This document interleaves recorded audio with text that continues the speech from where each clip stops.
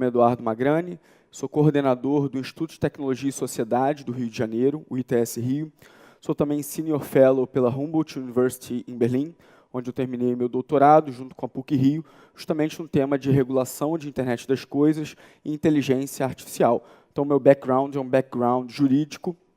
Sou também professor de propriedade intelectual e direito e novas tecnologias da FGV, IBMEC e PUC-Rio. E para a gente começar, é importante que a gente já tenha uma dimensão que a gente vive em um mundo hiperconectado, onde várias áreas da nossa vida dependem dessa conectividade, depende de acesso, depende da interação. Isso vale desde o nosso ambiente doméstico até as áreas profissionais, com um apelo muito grande do ponto de vista do direito digital, de engajamento cívico. Então, a gente já vive hoje num cenário de e-cidadãos, governo eletrônico, comércio eletrônico e agora, com muita força, a indústria 4.0 também se conectando e aproveitando cada vez mais dos benefícios desse cenário de hiperconexão. O Estado ele já está bem atento a tudo isso, tanto que está desenvolvendo o Plano Nacional de Internet das Coisas no Brasil, observando como essa hiperconectividade pode impactar diversas áreas, desde as smart houses, smart homes, até os veículos autônomos, smart cities, área de logística, os wearables na área de saúde, assim como na área rural também, que está cada vez mais robotizada, tentando extrair os benefícios de todo esse cenário. Então, são diversas as áreas impactadas pela internet das coisas, pelos algoritmos e pela inteligência artificial, e o Estado está muito atento a todo esse cenário. A internet das coisas corresponde a essa nova onda da web, chamada Web 3.0, onde a gente sai da web estática 1.0, sai da web meramente colaborativa 2.0, onde o consumidor deixa de ser um consumidor simplesmente passivo nas plataformas online e passa a produzir conteúdo também, a figura do prosumer, produtor e consumidor da web colaborativa 2.0, e a gente ingressa agora com força na web 3.0, que é esse mundo da internet das coisas, onde toda essa conectividade está ao nosso redor, dispersa em diferentes coisas que estão cada vez mais inteligentes. Esse mundo é um mundo que congrega Big Data, conectividade, algoritmos, serviços de nuvem, de cloud e inteligência artificial. E essas coisas, elas estão cada vez mais inteligentes e se alimentam também agora, se alimentam basicamente de dados, em grande medida dos nossos dados pessoais. Esse mundo de dados, ele depende diretamente dessa interação constante entre máquinas e seres humanos. Então, vamos entender um pouquinho melhor como que se dá toda essa interação e quais são os limites de todas essas coisas inteligentes da internet das coisas. Então, diga-me, robô, quais são suas restrições alimentares, já que essas coisas se alimentam de dados? E a gente tem várias restrições regulatórias, legislativas. A gente tem, finalmente, uma lei geral de proteção de dados no Brasil, que acabou de ser aprovada e sancionada. Como princípios da proteção de dados, nós temos finalidade, adequação, necessidade, livre acesso, qualidade dos dados, transparência, segurança, prevenção, não discriminação e responsabilização também, que é o accountability. Todos esses princípios da proteção de dados significam uma restrição alimentar para os robôs e coisas inteligentes daqui para frente, mas não só. A gente também tem proteção da nossa intimidade, dos nossos dados pessoais, previstos na Constituição Federal, Código Civil, Código de Defesa do Consumidor e Marco Civil da Internet, todos fazendo um grande combo regulatório de restrição ao uso e processamento dos nossos dados por coisas inteligentes.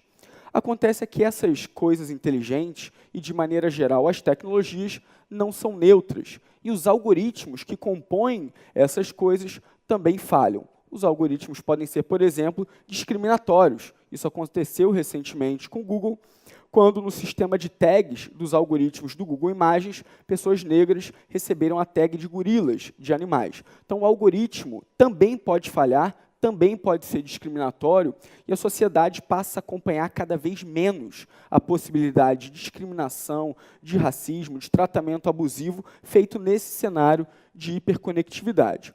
Por que isso é tão relevante? Porque a gente hoje está completamente imerso praticamente náufragos nesse mundo digital de zeros e uns que permeia a nossa vida.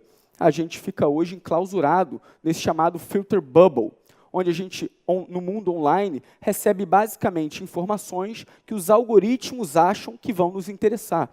Então, tudo que eu acesso nessa sociedade governada por algoritmos é aquilo que os algoritmos acham que vai me interessar. Isso tem a ver com todo esse mercado de atenção e publicidade direcionada que norteia as plataformas digitais hoje, com todo o tratamento de Big Data e práticas de targeting e profiling dos usuários. Então, quando eu acesso uma plataforma como o LinkedIn, os algoritmos vão sugerir os próximos parceiros de negócio, profissionais. Isso vale também para quando eu busco qualquer informação no buscador do Google. Os algoritmos vão me jogar para informações que eles acham que vai me interessar e eu não domino o que está de fora desse filtro bolha, que informações não estão sendo mostradas ou como exatamente esses algoritmos estão filtrando essas informações. E, como eu falei, isso acaba tocando diversas áreas das nossas vidas, inclusive para fins de ranqueamento de crédito. Um banco hoje, ele usa muito tratamento de Big Data e recebe informações de plataformas online para atribuir um número de crédito a todos nós. Então, não é só quanto a gente ganha no contra-cheque ou se a gente já pegou empréstimo ou não. Todas essas informações filtradas por algoritmos funcionam também para ranqueamento de crédito, assim como todas as plataformas que a gente acessa. Panorama geral é uma falta de consciência total do usuário, do consumidor, que vai perdendo cada vez mais autonomia também nesse mundo hiperconectado e não tem uma tutela jurídica tão forte assim para coibir os abusos de todo esse cenário. Então, desconhecimento tecnológico profundo e abuso das empresas. Se eu perguntasse a vocês qual o valor dos seus dados pessoais hoje, dificilmente vocês conseguiriam precificar. Assim como se eu perguntasse quem está monitorando a localização de vocês nesse exato momento, dificilmente vocês acertariam todas as empresas que estão tendo essa informação agora. E que tal a pergunta, como e para quais finalidades estão sendo tratados os seus dados e para onde, para quem estão sendo transferidos? E todas essas práticas acontecem hoje o tempo todo. E os algoritmos que filtram, tratam todos esses dados, têm se tornado cada vez mais complexos e incompreensíveis, inclusive para as empresas. Esse caso aconteceu recentemente com o Facebook, que desenvolveu 2 bots para negociarem entre si e teve que desativar o projeto, porque os bots criaram uma linguagem própria, que não tinha sido pré-programada pelos engenheiros de software. Tiveram que desativar, porque estava em linguagem completamente codificada, porque os algoritmos entenderam que a linguagem humana era ineficiente para a negociação que eles pretendiam. Então, por que não desenvolver uma linguagem própria muito mais eficiente?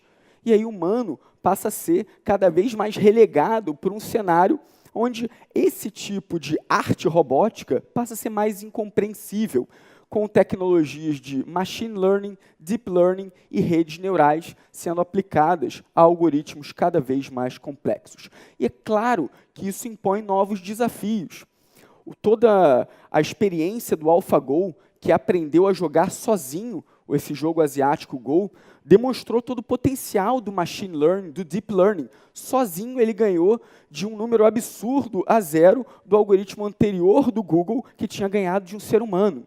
Então, toda essa evolução computacional em progressão geométrica vai atribuir desafios notórios, inclusive para a área jurídica, a partir de agora.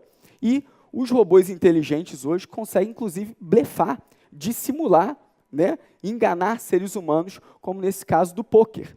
Então, não é só ter o pensamento lógico racional. Imagina robôs inteligentes conseguindo dissimular reações a partir de agora. E a gente tem confiado cada vez mais nos dados, nesses filtros gerados pelos algoritmos. A área da medicina está sendo muito impactada pela robótica. E a gente tem cirurgias complexas, como cirurgia de diverticulite, por exemplo, onde o próprio algoritmo inteligente define onde que tem que ser cortado o intestino da pessoa. E se perguntar aos médicos a partir de agora, eles dificilmente vão saber como o algoritmo chegou àquela conclusão. Então, passa a ser uma fé cega nesses artefatos técnicos que estão cada vez mais autônomos e menos previsíveis. Fica a pergunta, quem é responsável no caso de dano, onde as máquinas se autoprogramam a partir de agora, e como regular todo esse cenário. A gente tem algumas teorias jurídicas, como a teoria da causalidade, em que, se houver algum dano, vamos tentar responsabilizar todos aqueles do elo da cadeia de fornecimento ou todo grupo econômico. Ou, por outro lado, a gente tem a teoria do risco da atividade econômica, onde a empresa pode tentar se defender, dizendo que fez todos os testes possíveis para prevenir todos os danos que eram conhecidos naquele momento. Mas, dificilmente, todas essas teorias jurídicas que a gente tem vão conseguir atender de forma justa, suficiente e adequada um cenário onde máquinas são treinadas pelos consumidores, por exemplo. Então, a gente tem o caso, que saiu recentemente no Jornal Extra, de robôs sexuais hiperrealistas, onde o consumidor pode treinar a personalidade do seu robô sexual hiperrealista. Imagina se um consumidor treina esse robô para ser racista, discriminatório e ele produz um dano. Qual é a responsabilidade da empresa, do programador, do consumidor ou do próprio robô, que passa a ser cada vez mais autônomo também? Ou ainda, imagine um cenário onde máquinas produzem máquinas. O Google acabou de anunciar um projeto recente onde uma máquina deu a vida, deu a luz a uma nova máquina, né? E o direito ele não foi pensado para um cenário de coisas inteligentes. Ele foi pensado para um cenário de seres humanos minimamente inteligentes, certo? Então, isso representa um cenário de desafio real que a gente tem pela frente. Tentando pensar em possíveis soluções, a gente tem que ter uma proposta cada vez mais interdisciplinar, que não pense só em uma regulação top-down do direito. A gente pode pensar em garantir valores humanos na técnica, pensando em um design sensível a valores. Tem um eticista, filósofo que eu gosto muito, que é o Luciano Floridi, que está em Oxford hoje, e ele diz que a humanidade acaba de entrar na era do design, e que ele espera que entremos na era do bom design, e não do mau design, já que é essa arquitetura cibernética que regula, governa, norteia as nossas vidas a partir de agora. Então, muito tem se falado hoje em privacidade by design. Esse valor já está no Regulamento Geral de Dados Europeu, chamado GDPR, e entrou na recente regulação brasileira também. Mas a gente pode pensar em outros valores, como segurança by design. Como seria um exemplo disso? Uma smart gun, uma arma inteligente que tem um chip implantado e a arma só dispara na mão do dono. Existe uma limitação tecnológica ali para que a arma produza um dano, caia na mão de criminosos, problema seríssimo que a gente tem no Brasil, inclusive, ou mesmo de crianças atirando sem querer com uma arma nas mãos. Então, esse é um exemplo de segurança by design. E por que não, me aproximando do final da minha fala agora, ética também by design. Tem um exemplo interessante envolvendo o Alexa da Amazon. Repararam que as crianças estão ficando mal educadas, vendo a forma como os pais interagem, se comunicam com bots domésticos. E a gente se comunica de uma forma totalmente imperativa. Alexa, acende a luz, Alexa, toque Frank Sinatra e por aí vai. Então, as crianças, observando isso, estão interagindo de forma imperativa com os pais. Mãe, acenda a luz, toque galinha pintadinha e por aí vai, né? Então, a Amazon, atenta a isso, desenvolveu o valor da ética no artefato técnico, com a tecnologia que foi chamada de Politeness Feature, onde toda vez que a criança fala de forma educada com o Alexa responde agradecendo pela gentileza. Thanks for asking so nicely, ajudando os pais a educarem os filhos. E essa interação entre humanos e máquinas vai ser cada vez mais constante nesse cenário de inteligência artificial e internet das coisas. Lembrando que durante a fase de design, as consequências são indeterminadas, pois dependem parcialmente das ações de outros atores, além dos designers, além das intenções da própria empresa que desenvolve esses artefatos técnicos. Então, devemos levar sempre em consideração o que estava nas esferas de controle e influência dos designers e dos outros agentes também. Isso vai gerar, a partir de agora, uma aproximação muito grande da sociedade com o trabalho dos engenheiros, para que a gente possa atribuir regulações adequadas, inclusive para fins de reparação de danos. Isso exige também novas teses adequadas para esse novo mundo de internet das coisas e inteligência artificial.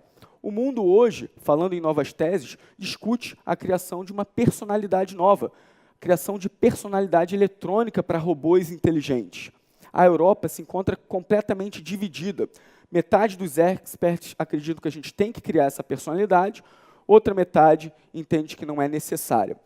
Essa carta foi feita pedindo para não criarem a personalidade eletrônica. É uma carta de 4 parágrafos. Dificilmente a gente pode ter um embasamento suficiente para discutir um tema tão complexo, embasando isso em 4 parágrafos. Então, essa é uma discussão séria que a gente tem pela frente, e eu convido todos a se engajarem cada vez mais nesse debate. A pergunta que fica é se a própria democracia sobrevive a todo esse mundo de automação e robotização. Deixo como sugestão meu livro de Democracia Conectada, porque ele acaba falando um pouco desses temas de filtro bolha e os impactos das novas tecnologias na política hoje. O livro que eu lancei recentemente, que é o livro de Internet das Coisas, todos estão, inclusive, disponíveis para download no meu site. A novidade que eu tenho é que, em dezembro, vai ser lançado o meu livro Entre Dados e Robôs, Ética e Privacidade na Era da Inteligência Artificial, que acaba tocando diretamente a minha fala aqui hoje. Agradeço a todos vocês. Obrigado.